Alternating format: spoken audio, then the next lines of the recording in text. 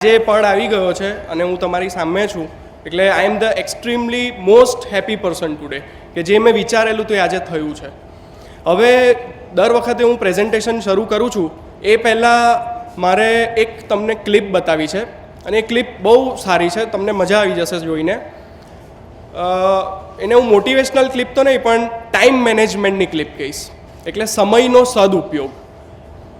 અને જે માણસ આ સમયનો સદઉપયોગ માટે જે બોલવાનો છે એનાથી કોઈ બેટર પર્સન નહીં હોઈ શકે જે આ વસ્તુ બોલશે. એટલે લેટ્સ સી ધ ક્લિપ. આપ સાહેબશ્રીને મારા નમસ્કાર. મારું નામ વિરલભાઈ સોનુભાઈ ગાંગોડા. હું ડાંગ જિલ્લાની ચિકાર પ્રાથમિક શાળામાં ધોરણ 7માં અભ્યાસ કરું છું. હું આપને એક પ્રશ્ન પૂછવા માંગુ છું. સાહેબ, તમે આટલી બધી દોડાદોડ કરો છો તો ટાઈમ મેનેજમેન્ટ કેવી રીતે કરો છો? એ વાત સાચી છે કે ગુજરાતમાં ભૂતકાળમાં બધા મુખ્યમંત્રીઓ ડાંગ જેટલી વખત ગયા હશે એના કરતાં વધારે વખત હું ગયો છું. કોઈને પ્રશ્ન પૂછે, સ્વાભાવિક છે, જે કામ કરે ને એને સમયનો પ્રશ્ન જ નથી હોતો, જે ન કરે ને એને સમયના પ્રોબ્લેમ હોય છે. તમે જોજો, આ દુનિયાનો નિયમ છે. જે નવરો હોય ને એને તમે કહો કે અત્યારે મારે મળવું છે, આવું તો કે ના હમણાં નહીં, હું જરા પછી વાત કરીએ આપણે. નવરો જ હોય સાહેબ. અને જે કામ કરવું હોય કે એમ કરો ને ભાઈ, તમે જો 9 વાગે આવી જાઓ તો 9 ને 9 ની 5 ની વચ્ચે આપણે એડજસ્ટ કરી લઈશું, બેસી લઈશું, તમે આવી જજો ને. ખરેખર જે કામ કરનારો માણસ હોય છે એને સમયની ક્યારેય ખોટ પડતી નથી. ભરપૂર સમય છે આપણી પાસે. આપણને સમયનો ઉપયોગ આવડતો નથી. વિદ્યાર્થી મિત્રોને મારી વિનંતી છે કે જો તમને શક્ય હોય તો બેન્જામિન ફ્રેન્કલિનનું જીવન વાંચજો. એ અમેરિકાના રાષ્ટ્રપતિ હતા. આમ તો જીવન ચરિત્રો વાંચવા જોઈએ, પણ એમના જીવન ચરિત્રના અંદર વિશેષતા છે. એમને પોતાને શું થતું, કામ બહુ કરે તો લોકો ફરિયાદ કરે કે તમે આ નથી કરતા, તમે મળતા નથી, તમે એટલે પછી એમને થયું કે હાડું આ આટલું બધી મહેનત કરું તો એમ મને તો ફરિયાદો જ આવ્યા કરે છે. એટલે એમણે અભ્યાસ ચાલુ કર્યો પોતાનો અને એક ડાયરી બનાવી અને એમાં એમણે લખ્યું, ભાઈ કરવા જેવા કામો કેટલા કર્યા, ન કરવા જેવા કામો કેટલા કર્યા, ન કરું તો ચાલે એવા કામ કેટલા કર્યા, કરીએ તો એ ઠીક ને ના કરીએ તો એ ઠીક એવા કામ કેટલા કર્યા. અને પછી ટીકમાર્ક કરવા માંડ્યા. સોમવારે જેટલા કામ કર્યા બધું ટીકમાર્ક કરે. અઠવાડિયા પછી એમણે જોયું કે કરવા જેવા કામ ઓછામાં ઓછા કર્યા હતા અને ન કરું તો ચાલે એવા બધા જ કર્યા હતા. કારણ આપણને જ ખબર નથી હોતી કે હું આ ન કરું તો ચાલે ભાઈ પછી કરી જવાય તો ને, પણ આપણે નક્કી નથી કરતા, પ્રાયોરિટી નક્કી નથી કરતા. અને આ જો સહેજ આપણે ટેવ પાડી દઈએ કે કરવા જેવા કામોમાં કોઈ કોમ્પ્રોમાઇઝ નહીં, તો તમે જોજો તમારા બધો સમય ઉપજાઉ થઈ જશે, એમાંથી કંઈ ને કંઈ આઉટપુટ મળ્યા કરશે. બીજું, કેટલાક લોકો એમ કહે છે ખૂબ કામ કર્યું એટલે થાક લાગ્યો. આ ખોટી વાત છે. ખૂબ કામ કરો એટલે થાક જ ના લાગે. ખૂબ કામ કરો એટલે સંતોષ થાય. તમને સાહેબે હોમવર્ક આપ્યું હોય, વધારે આપ્યું હોય, પણ જો પૂરું કરો એટલે કેવું હાશ એવું થાય છે કે નહીં? આ સત્ય છે. અને બાકી હોય તો મમ્મી હું દૂધ લેવા નહીં જાઉં, મારું લેસન બાકી છે. મમ્મી હું નાના બહેન નહીં રમાડું, મારું દૂધ બાકી છે. અરે મમ્મી તું રેડિયો બંધ કરને, મારું લેસન બાકી. એવું ચાલે ને ઘરમાં? કારણ કામ બાકી છે. ખરેખર કામ કર્યાનો થાક હોતો જ નથી, કામ કર્યાનો સંતોષ હોય છે. અને જીવનમાં તમે જોજો, કોઈ દિવસ કામનો થાક લાગે જ નહીં. આ ખોટું ભ્રમ છે. બહુ કામ છે, થાકી ગયો. કાં તો પછી તમે ન કરવાના બધું કરતા હો તો થાકી જતા હો. અને તેથી સમયનો ઉપયોગ કેવી રીતે કરવો, સમય બરબાદ ન થાય એના તરફ આપણું ધ્યાન હોવું જોઈએ.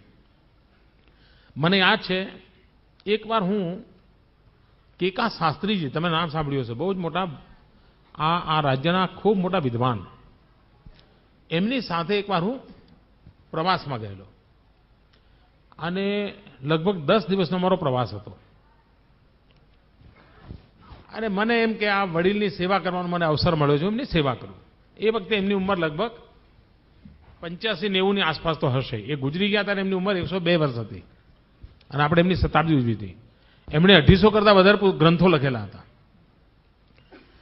તો મેં એમને 10 દિવસ બરાબર ઓબ્ઝર્વ કર્યા. તમને આશ્ચર્ય થશે, એમણે શબ્દકોશ લખ્યો છે, ગુજરાતી શબ્દકોશ. માનો કે રેલવે ફાટક હોય અને રેલવે ફાટકમાં અમારી ગાડી ઊભી રહી હોય તો આપણે શું કરીએ? ઊભા રહીને નીચે લટાર મારીએ, યા ત્યાં સિંગ ચણાની લારી હોય તો ત્યાં જઈએ, ક્યાંક ટમેટા મળતા હોય તો એ જઈએ, એવું બધું કરીએ ને.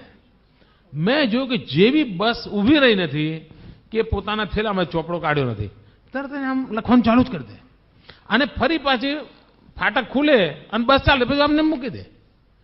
મને એમ થાય કે આ માણસ સમયનો કેટલો બધો ઉપયોગ કરે છે. રાત્રે ક્યાંય પહોંચવાનું હોય, ધર્મશાળામાં અમે ઉતરતા તો હું એમના માટે કે પથારી લેવા જાઉં, એ પહેલાં તો એ પોતાનું જે થેલો હતો એનું ઓછું કહીને સૂઈ ગયા હોય. મારે એમને રાત્રે ઉઠાડવા પડે, કશું નહીં, કોઈ અપેક્ષા જ નહીં. ત્યારે હું જોતો હતો કે આ વ્યક્તિ આટલું બધું કામ કેવી રીતે કરી શક્યા હશે. સમયનો એટલો અદ્ભુત ઉપયોગ કરતા હતા એ. મેં એટલા આમ અને બારીકાઈથી મેં જોયું છે ને, અને મને તાજ્જુબ હતું. અને એમના જીવનક્રમની અંદર પૂજા પાઠ, લેખન, વાંચન, આ ચીજમાં કોઈ 1 મિનિટનો ફરક નહોતો પડતો. અને 10 દિવસ તો એટલું હેક્ટિક શેડ્યુલ હતું. એ ઘરે રહીને જેટલા કામ પૂરા કરતા હતા એટલા જ કામ એમણે પ્રવાસમાં પણ પૂરા કર્યા. એટલે મારા મન પર એની અસર હતી. અને 85-90 વર્ષની ઉંમર, આપણા ઘરમાં આપણા દાદાજી 85-90 વર્ષના હોય તો શું કરતા હોય તમને ખબર છે ને? આ 85-90 વર્ષની ઉંમરે અને 103 વર્ષ જીવ્યા હતા. જીવનને કેટલું પરફેક્ટ એમણે રાખ્યું હશે એનો તમે અંદાજ કરી શકો છો. તો સમયનો સદુપયોગ, આ મંત્ર લઈને જો ચાલીએ, કરવા જેવા કામોને પૂરા કરવાનો આગ્રહ રાખીએ, કામમાં આનંદનો ભાવ અનુભવીએ તો આપણને ચોક્કસ પરિણામ મળે. સો હવે પ્રેઝન્ટેશન શરૂ કરીએ. આ અમારી લેજન્ડ સ્કીમ છે, જેમાં 70% અમે લાર્જ કેપ કંપનીઓ લઈએ છીએ અને 30% મિડ કેપ શેર્સ લઈએ છીએ. અને એનું આ રિટર્ન છે, એન્યુઅલાઇઝ રિટર્ન તમે જોશો તો 22.4% છે લાસ્ટ 2 યર્સનું, એટલે કમ્પાઉન્ડેડ રિટર્ન છે. અને લાસ્ટ 1 યરમાં આપણો સેન્ઝેક્સ ખાલી 1.4% વધ્યો છે. એટલે લાસ્ટ યરથી અત્યાર સુધીમાં આપણે ત્યાંના ત્યાં જ છે, આપણે ઉપર ગયા જ નથી. એની સામે અમારી સ્કીમે રિટર્ન આપ્યું છે 6.65%. આ બીજી સ્કીમ છે માર્વેલ સ્કીમ, જેમાં જે ઇન્વેસ્ટર્સ વધારે રિસ્ક લઈ શકે છે એ લોકો માટે આ સ્કીમ છે, જેમાં અમે 60-70% મિડ કેપ રાખીએ છીએ અને 30-40% લાર્જ કેપ રાખીએ છીએ. અને એનું રિટર્ન લાસ્ટ 1 યરમાં જોઈએ તો ઓલમોસ્ટ નેગેટિવ છે. પણ એની સામે આપણે મિડ કેપ સાથે એને કમ્પેર કરવો જોઈએ, કારણ કે એ મિડ કેપ શેરોમાં રોકાય છે અને મિડ કેપ ઇન્ડેક્સ છે -5%. એટલે એની સામે અમે આઉટ પરફોર્મ કરેલું છે. અને એને પણ આપણે એન્યુઅલાઇઝ રિટર્ન જોઈશું તો ઇટ્સ અબાઉટ 12%. હવે રિયલ પ્રેઝન્ટેશન પર હું આવું એ પહેલાં એક વસ્તુ કહીશ કે તમને બધાને અમે લોકો જ્યારે ઇન્વિટેશન આપવા આવતા હતા કે અત્યારનું જે એન્વાયરમેન્ટ છે, જે આપણે બધા અનુભવીએ છીએ, તો એમાં 3 ટાઈપના લોકોને અમે મળ્યા. સૌથી પહેલાં છે સિનિયર સિટીઝન. હવે તો ગવર્મેન્ટે એક નવી ડેફિનેશન આપી દીધી છે, સુપર સિનિયર સિટીઝન. જે 80ની ઉપર હોય તે સુપર સિનિયર સિટીઝન કહેવાય છે. તો એ લોકોને મળ્યા. હવે એ લોકો જનરલી ઘરે હોતા નથી, સવારે ચોપાટીમાં મળે છે. ચોપાટીમાં લાફિંગ ક્લબ ચાલે છે, અહીંયા પીપલોદ બાજુ બી ચાલે છે, અહીંયા પણ ચાલે છે. તો ત્યાં હું ગયો, ત્યાં હું ઓબ્ઝર્વ કરતો હતો તો જનરલી આ સિનિયર સિટીઝન ને સુપર સિનિયર સિટીઝને હસવું નથી આવતું.